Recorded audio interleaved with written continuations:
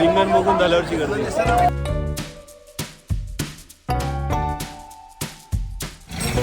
रिंगण बघायला जात असतानाच आमची तुटातूट झाली होती. सगळे एकीकडे, मी आणि नाना एकीकडे. नाना सोबत होते, नानाची पण साथ सुटलेली आता. आणि आता सध्या मी एकटाच आहे. आणि दूधगंगा डेअरी म्हणून इकडे आम्ही थांबलो होतो. पार्किंग इकडेच केली होती गाडी, पण इकडून काढून कुठेतरी दुसरीकडे गाडी गेलेली आहे. आणि बाकी सगळेजण आपले आता इकडे येणार आहेत ह्या स्पॉटला. तोपर्यंत मला तर त्यांची वाट बघायची आहे. आता सध्या मी एकटाच आहे इकडे, कोणच नाही आहे सोबत. अवघ्या 10 मिनिटामध्ये सर्वजण आम्ही आलो आहे. हे बघा, दोघं तिघं जण आलेत आणि पाठीमागे तो ग्रुप आपला समोरून येतोय. तो आले शिंदे साहेब सगळ्यात पुढे. आमचे शिंदे सेना आहे.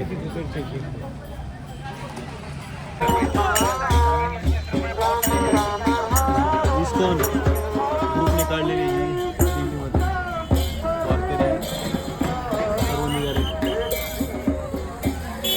इस्कॉन.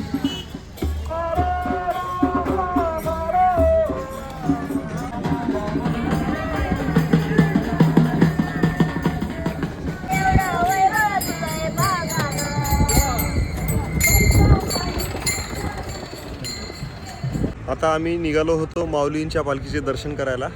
आणि पाठीमागे या साईडला आहे माळशिरस, वाया अकलूज माळशिरसवरून आता आम्ही आलो आहे या हायवेला. हा हायवे जातो पंढरपूर आणि या साईडला आहे नातेपुते. आणि इथूनच माऊलींची पालखी येणार आहे. पण प्रॉब्लेम असा झाला आहे, आत्ता आम्ही माळशिरसवरून आलो या हायवेला आणि इथून असंच त्या साईडला चाललो होतो माऊलींच्या पालखीचे दर्शन करायला. पण त्या दिशेचा रस्ता बंद केलेला आहे. त्याच्यामुळे आता इकडून त्या साईडला जाऊ शकत नाही. आता आम्हाला इथून डायरेक्ट पुढे जावं लागेल.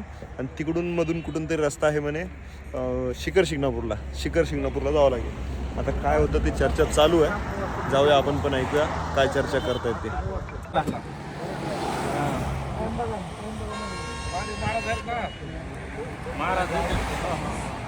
चला, फायनली निर्णय झालेला आहे. मी म्हणलो तसंच की आधी जायचं आहे शिखर शिंगणापूर, त्याच्यानंतर बरड ज्या ठिकाणी मुक्काम करणार आहे माऊलींची पालखी तिथे.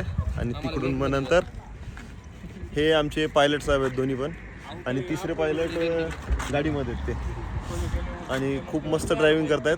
आणि दरवर्षीपेक्षा ह्या वर्षी आम्ही थोडं फास्ट चाललो आहे कारण पायलट खूप फास्ट आहेत आपले. मला वाटतं दरवर्षीप्रमाणे आपला व्लॉग दरवर्षी जो वारीचा व्लॉग आहे तो व्लॉग एकसारखाच असतो, फक्त माणसं थोडे थोडे चेंज असतात. हा शिंदे साहेब, दरवर्षीचा व्लॉग आपला सारखाच होतोय. कारण सकाळी निघाले की तुकाराम महाराजांचं दर्शन पालखीचं, त्याच्यानंतर शिखर शिंगणापूर, नंतर माऊलींच्या पालखीचं दर्शन, नंतर पंढरपूर आणि नंतर लातूर. नाही मध्ये निसर्ग राहिला. दरवर्षी ब्लॉग मध्ये आपलं तेच आहे. तर आता आम्ही पोहोचलोय शिखर शिंगणापूर. पप्पांची काय ओळख सांगा, काय नाव साहेब तुमचं? बर, गाव कोणतं? प्रकाशनगर. अच्छा, प्रकाशनगरचे. माळी इडली सेंटर का? वा, नक्की यांच्या इडली सेंटरला भेट द्या मित्रांनो. माळी इडली सेंटर प्रकाशनगर मेन रोडलाच आहे. हे बघा वानर भरपूर आहेत. फायनली वरती पोचलोय. आणि हे बघा आमच्यासोबत हे भाऊ आहेत. आणि सगळ्यात पुढे भाऊ होते. मी पळत पळत आलो त्यांना, त्यांच्या पुढे येऊन ब्लॉग काढतोय. आणि ह्याच्यासाठी ब्लॉग काढतोय, आमच्यासोबत आहेत 20 जण. 20 जणांपैकी सगळ्यात पुढे भाऊ आहेत. आणि सगळ्यात जास्त वय भाऊंचं आहे. आमच्यासोबतच्या ग्रुपमध्ये सगळ्यात जास्त वय भाऊंचं असेल. आणि सगळ्यात पुढे भाऊ आहेत. हे त्यांचे पुतणे आहेत, अनिल भाऊ. शिखर शिंगणापूरमध्ये पंढरपूरला जाताना वारीची जे संख्या असते, वारीला जाणारी लोकांची संख्या असते ही खूप जास्त असते. त्याच्यामुळे खूप गर्दी आहे शिखर शिंगणापूरमध्ये. त्याच्यामुळे बाहेरूनच दर्शन घ्यायचं ठरवलं होतं. पण आमचे भाऊ यांचे XYZ जे कोणी असतील ते ओळखीचे निघाले आणि त्याच्यामुळे आमचं झालं VIP दर्शन आणि प्रसादसुद्धा भेटला. शिखर शिंगणापूरचे दर्शन केले आणि आम्ही हे बघा कुठे आलो माहिती आहे? लोणावळामध्ये आलो आहे. लोणावळाचा घाट माहिती असेल तुम्हाला. वाटतोय का ना लोणावळा, पण नाही मित्रांनो. पाठीमागे शिखर शिंगणापूरचा घाट उतरून आम्ही आता एका ठिकाणी थांबलो आहे, कारण की त्या साईडनी ज्ञानेश्वर माऊलींची पालखी येणार आहे. त्याच्यामुळे सर्व गाड्या ज्या शिखर शिंगणापूरून आल्या होत्या त्या चालल्यात माऊलींच्या दर्शनासाठी, माऊलींच्या पालखीच्या दर्शनासाठी, आणि पूर्ण जाम झालेला आहे. त्याच्यामुळे हे बघा गाड्या आम्ही कुठे लावल्यात माहिती आहे का? इकडे एका शेतामध्ये लावलेल्या आहेत. आम्हीच नाही, बऱ्याच जणांनी लावलेल्या आहेत. ड्रायव्हरला विचारूया आपण काय झालं नेमकं. होय पायलट साहेब, नेमकं काय झालं सांगा बरं आम्हाला. ट्रॅफिक जाम आहे साहेब. लय जाम आहे. लय जाम आहे. पुढे गाडी जात नाही का? गाडी जात नाही. चलत जायचं आता काय? 1 किलोमीटर जाम आहे पुढे. मग आम्हाला किती जावं लागेल चलत? 1 किलोमीटर चालत जावं लागेल. बघा 1 किलोमीटर चलत जावं लागेल. आता आम्हाला 1 किलोमीटर चलत जाणे आणि 1 किलोमीटर येणे, म्हणजे 2 किलोमीटर वॉकिंग आहे. 4 किलोमीटर म्हणा. त्या पुढे 1 किलोमीटर जायचे 2 आणि यायचे 2, 4 किलोमीटर लागते. नक्कीच.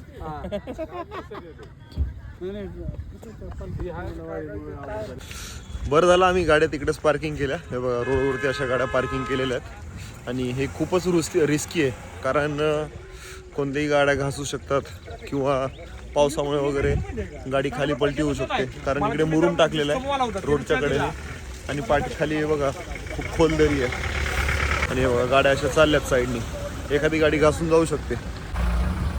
समोरही आहे ट्रॅफिक, आणि जवळपास 1 ते 1.5 किलोमीटर आहे असं प्रत्येकाचं सांगणं आहे. बघूया किती लांब आहे. माऊलींची पालखी कुठे आहे माहीत नाही, पण इथून लाईन सुरुवात. माऊलींच्या दर्शनासाठी आलो होतो, पण वाटेत होते बघा प्रसाद भेटला म्हणून प्रसाद घेतला, आणि उभंच खातोय, कारण का माहिती आहे का खाली खूप चिखल आहे.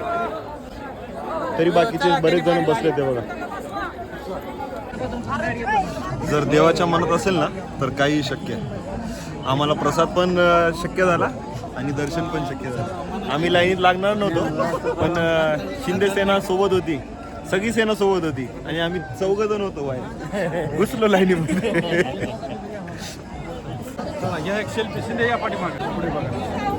आणि दर्शन रांगेच्या बाजूलाच ही पाल ठोकलेली आहे, जिथे की वारकऱ्यांचा मुक्काम आहे.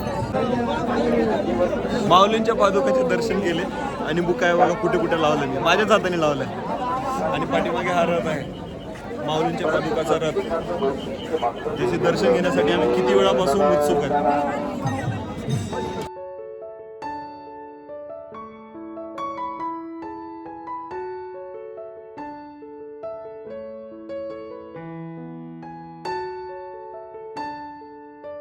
माझी निष्ठा पाहून महाराजांना आपली गाडी पार्किंगला लांब लावण्याचं कारण बघा काय आहे. ह्या अशा गाड्या सगळ्या अडकलेल्या. आता आम्ही ज्या स्पीडनी चालतो त्याच्या पण स्लो स्पीडनी चालतात ह्या गाड्या. रात्रीचे 9 वाजलेत, आणि आता आम्ही थांबलो आहे एका ठिकाणी जेवणासाठी. दरवर्षीप्रमाणे यावर्षी सुद्धा उशीरच झाला आहे, आणि हॉटेल माऊली या रेस्टॉरंटमध्ये आम्ही थांबलो आहे जेवायला. चला तर थोडंसं जेवूया आणि येऊया परत. फायनली रात्रीचे बरोबर 12 वाजलेत. 1 सेकंदसुद्धा इकडे तिकडे नाही, आणि गाडी इकडे पार्क केली आहे, आणि कोणत्या साईडला सोडले मलाच कळत नाही. आणि मस्तपैकी झोप झाली, कारण पोटभर जेवण झालं होतं ना. रात्रीच्या 12 वाजता पंढरपुरामध्ये हे बघा, हे आहे शिवाजी चौक, आणि शिवाजी चौकाच्या समोरची ही गर्दी बघा. वाटते का रात्रीचे 12 वाजले असतील? करेक्ट 12 वाजलेत बघा, आणि समोर मंदिर आहे. दुकानावरची गर्दी बघू शकता. असं वाटतं रात्रीचे 8 वाजले असतील. भयानक गर्दी. ऑटो सुद्धा फुल चाललाय एकदम.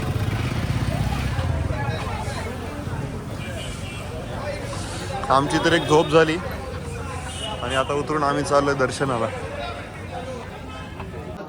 रात्रीचे 12:15 वाजलेत, आणि आता मी मुखदर्शनासाठी लाईनला लागलो. आणि लाईन एवढी मोठी आहे, मला वाटतं अर्धा किलोमीटर लांब लाईन आहे. पहिल्यांदा मुखदर्शनाला मी एवढ्या मोठ्या लाईनीमध्ये थांबलोय. बहुतेक 1 तास तरी लागेल दर्शन करून बाहेर यायला. बघूया किती वेळ लागतो ते. भरपूर मोठी लाईन आहे, जवळपास अर्धा किलोमीटर. फायनली आम्ही रुक्मिणी द्वारमधून बाहेर पडलेलो आहे, आणि घड्याळ वाजले आहे 1. म्हणजे 15 मिनटं आधी आपण लवकर बाहेर आलेलो आहे. असं आपण म्हणलो होतो की 1 तास लागेल, पण पाऊण तासामध्ये दर्शन झालं.